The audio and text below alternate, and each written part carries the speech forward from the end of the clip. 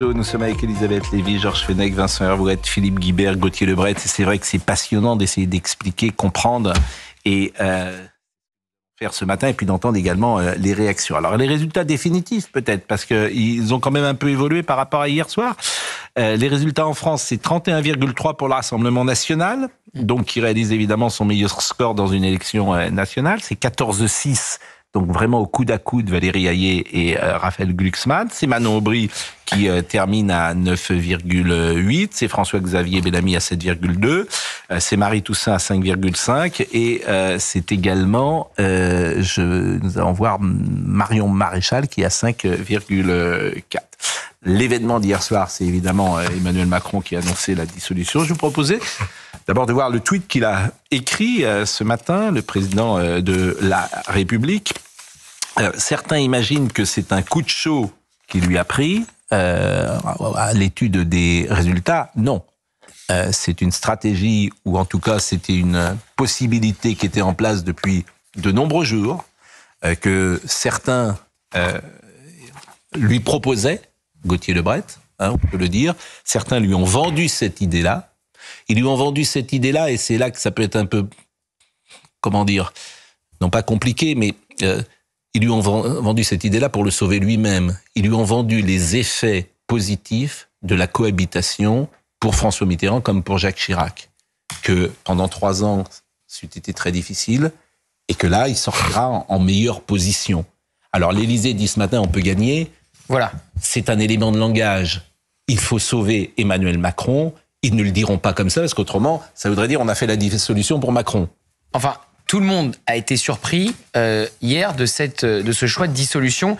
Je peux vous dire, du côté de la majorité, chez les députés Renaissance qui ne l'ont pas du tout vu venir, chez certains ministres qui ont plaidé jusqu'au dernier moment pour qu'Emmanuel Macron, et c'est le cas de Gabriel Attal, ne fasse pas ce choix-là en disant « je suis le fusible, je peux sauter, n'allez pas à la dissolution, Monsieur le Président ». Ça a été aussi le cas de Yaël Braun-Pivet. Tout le monde a été extrêmement surpris parce que Emmanuel Macron, je le rappelle, il y a à peine quelques jours, alors que Marine Le Pen avait proposé un débat avec Emmanuel Macron, Emmanuel Macron lui avait proposé un débat et Marine Le Pen avait répondu « D'accord, si vous mettez sur la table la dissolution ou votre démission ». Et Emmanuel Macron répond face caméra « Marine Le Pen veut changer notre Constitution ». Et donc on a bien vu qu'il ne fallait pas changer la Constitution pour pouvoir permettre une nouvelle dissolution. Donc c'est le choix du président de la République, effectivement, pour le sauver lui-même. Alors maintenant, la majorité dit on peut gagner, ou du moins le RN ne peut pas avoir de majorité absolue. Ça, c'est sans doute vrai. Le RN va avoir beaucoup de mal à avoir une majorité absolue. Une majorité relative, pourquoi pas ? On est avec une majorité relative depuis 2 ans. Mais ce qui est certain, c'est que Emmanuel Macron, je ne vois pas comment il revient avec plus de députés. Il va forcément en perdre dans l'équation, au vu des résultats d'hier. J'ai demandé à Marine Lançon de sortir les élections de 2017 et 2022. La majorité présidentielle en 2017 a 32% des voix au premier tour. C'est ça qui est intéressant, au premier tour du scrutin législatif. Avec 32% des voix, elle a la majorité absolue à l'Assemblée nationale. Si, dans le pays, le Rassemblement national, la République en marche, non, ça c'est pas 43, c'est pas les bons chiffres du tout. Faut enlever ces panneaux-là parce que c'est pas les bons chiffres. C'est les chiffres de 2e tour, et en fait, ce qu'il faut prendre, c'est les premiers tours, parce que les 2e tours, par définition, n'ont pas d'intérêt. Oui. Donc on enlève ça. Pareil, c'est le 2e tour, donc faut pas prendre les 2e tours. Sur un scrutin majoritaire à 2 tours, faut prendre le premier tour, parce que là, vous avez une photographie de l'élection législative. Donc avec 32%, vous avez une majorité totale à l'Assemblée nationale. Mais toute la difficulté pour le RN, c'est le second tour, pour le coup. Toute la difficulté pour le RN, c'est qu'on n'est plus à la proportionnelle. Il y a 2 tours et plus qu'un comme aux européennes. Donc là, ça sera évidemment le défi pour le RN dans des duels où on imagine bien la gauche pouvoir se retirer. Des duels et peut-être des triangulaires, d'ailleurs. Mais est-ce que... Alors écoutons Emmanuel Macron, peut-être. Et Emmanuel Macron, parce que ce qui lui a été vendu, je le répète, et c'est pas nouveau. Ça fait... je vous ai appelé à 18h hier et je vous ai dit la dissolution est actée. Vous êtes le premier à me l'avoir dit. Bon. À 18h, l'Élysée, pouvait faire passer cette idée. Je ne l'ai pas dit, je ne l'ai pas tweeté, parce que à 18h, je dis la dissolution est actée. Elle est actée depuis de nombreux jours, sans doute dans l'esprit d'Emmanuel Macron. Il ne l'a pas dit, mais elle est actée. Parce qu'on lui a vendu, vous allez vous sauver comme ça. Qui ont On sait. Dans l'esprit d'Emmanuel Macron, il ne le dit même pas. Oui, on pourrait citer quelques personnes. Il ne le dit même pas à son Premier ministre. Il y avait un sûr. pupitre dans la cour de Matignon. Hier, Gabriel Attal s'attendait à réagir. Et puis il apprend la dissolution, il apprend qu'Emmanuel Macron va parler, et le pupitre est retiré. Je ne vais pas vous faire des confidences. Nous avons déjeuné avec Donat Vidal-Revel, avec un acteur politique il y a quelques jours, qui a dit, nous lui avons vendu ce scénario. Après le président, mais il y a plein de gens, le président de la République, il écoute plein de scénarios. Et celui-là a été vendu. Mais est-ce qu'on lui aurait vendu l'idée folle d'arriver à créer une sorte de majorité antifasciste qu'il avait l'air. C'est ça qu'il avance en termes de com. Est-ce qu'il y croit un instant? Et bien sûr que non. Ah bon, d'accord. Je ne sais pas s'il y croit ou pas. D'ailleurs, il faudra lui poser la question. Mais écoutons Emmanuel Macron. Après avoir procédé aux consultations prévues à l'article 12 de notre Constitution, j'ai décidé de vous redonner le choix de notre avenir parlementaire par le vote. Je dissous donc ce soir l'Assemblée nationale. Je signerai dans quelques instants le décret de convocation des élections législatives qui se tiendront le 30 juin pour le premier tour et le 7 juillet pour le second. Cette décision est grave, lourde, mais c'est avant tout un acte de confiance. Confiance en vous, mes chers compatriotes, en la capacité du peuple français à faire le choix le plus juste pour lui-même et pour les générations futures. Voyez la une du Parisien ce matin, du Figaro, de Libération, de Ouest France, et voyez la presse. Et puis après, je vais vous donner la parole pour savoir le coup de tonnerre. Qu'est-ce qui s'est passé hier soir? Est-ce que hier soir, au fond, c'est une sorte de présidentielle qui a eu lieu? Disons les choses, et que les Français vont donner une majorité très large et vont être conformes au vote qu'ils ont fait hier soir. Ils considèrent qu'hier soir, c'est une présidentielle. Ils ont élu Bardella. Si on est d'accord, ils vont lui donner une majorité. C'est ce que vous dites dans votre édito, en fait, d'une certaine façon. Moi je dis la France a dit non. Oui. C'est pas qu'elle a dit oui. Donc on dit non. Donc ça, c'est une possibilité. Et l'autre possibilité, c'est de dire que non, ce n'était qu'une élection européenne, c'était un défouloir et les Français vont être différents. Après, chacun peut tirer des plans sur la comète. Vous voulez écouter, je vous vois un peu perplexe, donc on va écouter la réaction de Marine Le Pen avant, parce que je vous ai jamais vu si discret. Écoutons Marine Le Pen, peut-être le son, et après on écoutera son intervention et on écoutera le sujet. Le retour aux urnes du peuple français dans quelques semaines. Je ne peux que saluer cette décision qui s'inscrit dans la logique des institutions de la Ve République. Nous y sommes prêts. Après les élections législatives de 2022, qui avaient permis de désigner le Rassemblement national comme le principal opposant parlementaire, ces élections européennes consacrent notre mouvement comme la grande force d'alternance pour la France. Nous sommes prêts à exercer le pouvoir si les Français nous font confiance lors de ces futures élections législatives. Nous sommes prêts à redresser le pays, prêts à faire revivre la France. Ce qui est intéressant dans ce discours, c'est qu'elle ne se défausse pas. Et que ce message auprès des Français de dire « nous, on y va et on va redresser le pays », il y a une forme de courage, parce que si ça ne marche pas, après, tu peux le prendre dans la figure. Tout le monde ne fait pas ça. Donc ça, c'est quelque chose qui peut répondre. Quand je disais la France a dit non, quand les gens qui habitent dans les villages, dans les villes et voient l'insécurité grandissante, quand ils voient cette immigration non régulée, ils entendent quelqu'un qui dit ça va changer. Ouais, mais C'était difficile pour Marine Le Pen de dire le contraire, puisqu'elle réclamait la dissolution. Donc elle est obligée de dire chiche. Moi, je trouve que Emmanuel Macron a très bien joué. Je pense qu'il a pris la meilleure décision qu'il pouvait prendre. Et qu'au-delà des calculs politiques dont on va parler, enfin évidemment qu'il y a des calculs politiques, donc comme dans toute, je trouve que pour la démocratie française, c'est une respiration, j'allais presque dire vitale. C'est-à-dire qu'Emmanuel Macron est sorti hier soir du système dans lequel on vit depuis quelques quinquennats et qui consiste à n'avoir un vote décisif qu'une fois tous les 5 ans au moment du deuxième tour de la présidentielle. Et d'avoir un pouvoir systématiquement minoritaire qui gouverne dans l'impopularité et dans la défaite des élections intermédiaires. C'est mortel pour notre démocratie. Il fallait donc en revenir au peuple. Après, il y a des calculs politiques de part et d'autre, mais c'est évident parce qu'il y a toujours des calculs politiques. Mais l'important d'abord pour notre pays, c'est le retour au peuple. Georges Fenech. La dissolution qui a été annoncée hier à la surprise générale, elle était inscrite dans le résultat de juin 2022, où il n'y avait pas eu de majorité. Je pense que cette dissolution, c'est une dissolution d'orgueil du président de la République qui n'a pas voulu, sachant qu'il ne peut plus gouverner maintenant, il n'a pas voulu se faire imposer une motion de censure. Donc il a repris une initiative. Parce que si vous prenez les résultats, par exemple de 2014, j'y étais à cette époque-là, François Hollande est président de la République. Élection européenne, vous aviez Marine Le Pen qui était en tête avec 24%, et le Parti Socialiste faisait 14%. Il n'a pas dissous. Pourquoi il n'a pas dissous ? Parce qu'il n'avait pas besoin de dissoudre. Il n'y avait pas de crise politique. Il y avait une majorité. Aujourd'hui, il y a un blocage institutionnel et il savait très bien qu'il encourait une motion de censure. À la rentrée, donc il a voulu reprendre l'initiative en créant un électrochoc et en essayant peut-être d'imposer à nouveau un duel avec le Rassemblement national. Absolument. Dont il pourrait sortir vainqueur.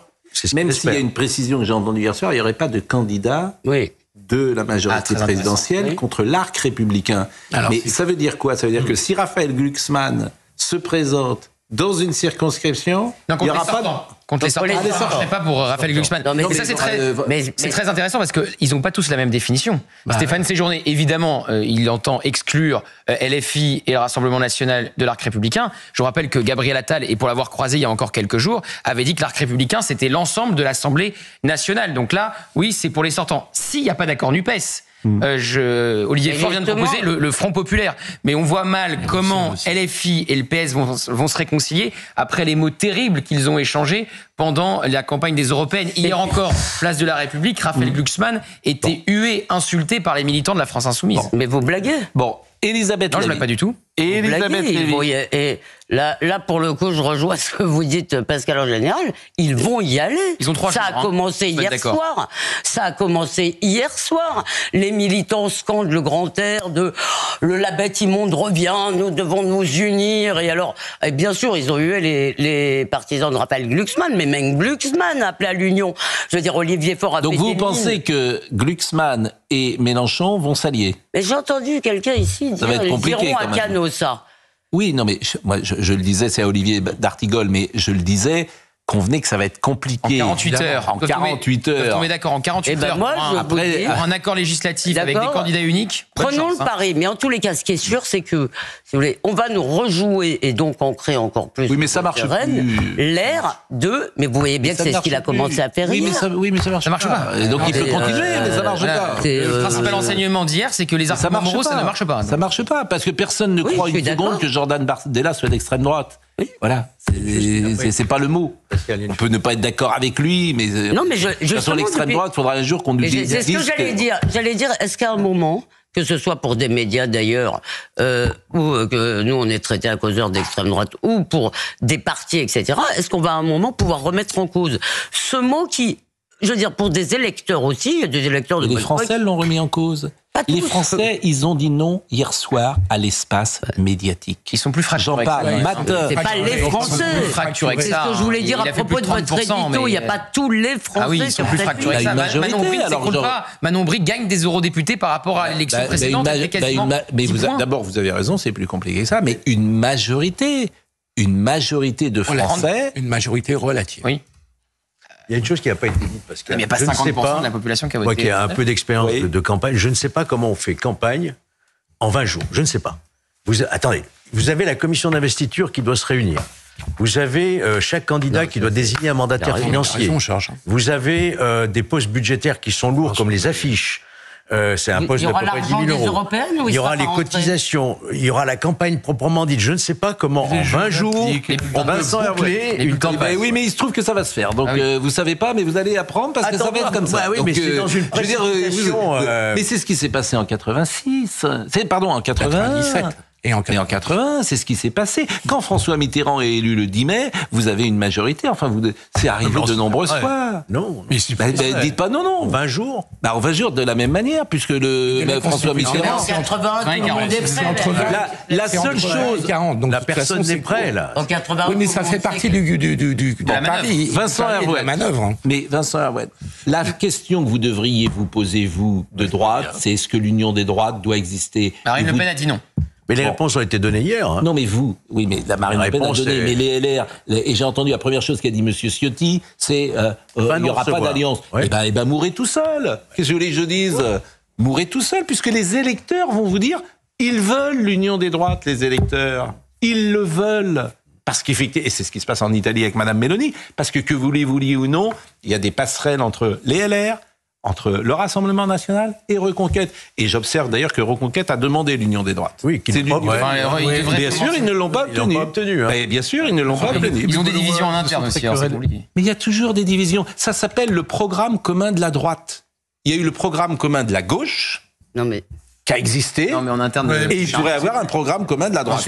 Allez-y, Vincent Herbouët. Oui, écoutez, une fois tous les 5 ans, on s'intéresse à la composition du Parlement européen, qu'on oublie ensuite, parce que ça n'a aucun intérêt, qu'on n'y trouve que d'anciens ministres, des apparatchiks méritants et tutti quanti. C'est ce matin, et tout le monde s'en fiche éperdument, c'est quand même assez frustrant. Ouais. Mais en réalité...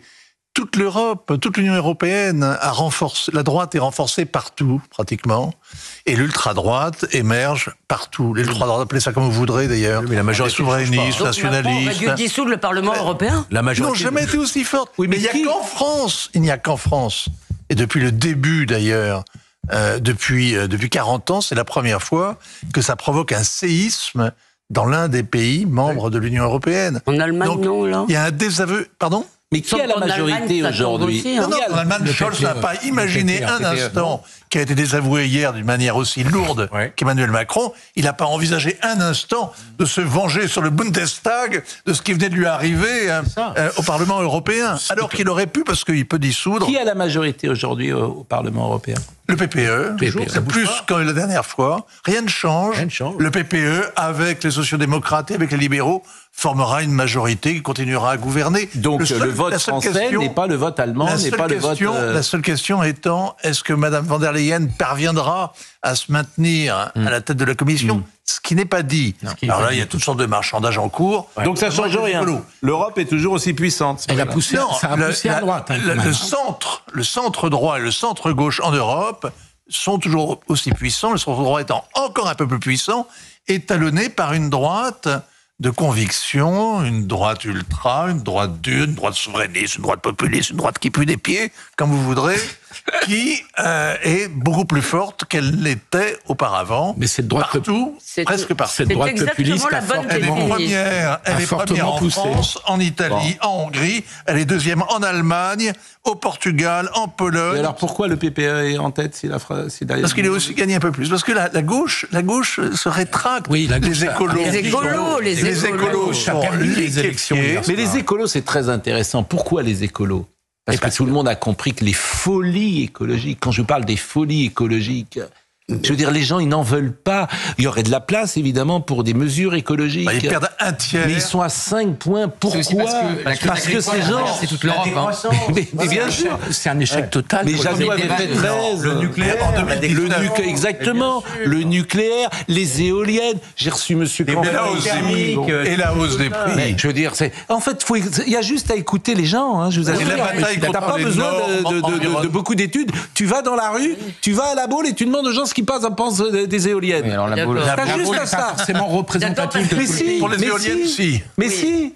Oui, mais bien sûr, il y a juste en fait à écouter les gens. Il y a 10% des gens qui ont quand même voté pour le parti de Jean-Luc Mélenchon, qui a fait une campagne qui n'avait strictement rien à voir ni avec la question sociale, ni avec les Européens, ni avec la France, mais qui était une campagne Gaza. Il y a 10% des gens en progression sur ça. Alors Dimitri Pavlenko, je crois, est avec nous à 9h22. Ce n'est pas l'excellent Thomas Hill aujourd'hui. Pourquoi ? Parce qu'Europe 1 change sa grille ce matin et que l'émission Culture Média, qui a lieu d'habitude sur leur antenne d'Europe 1 à 11h, est remplacée, c'est bien logique, par une matinale de Dimitri Pavlenko.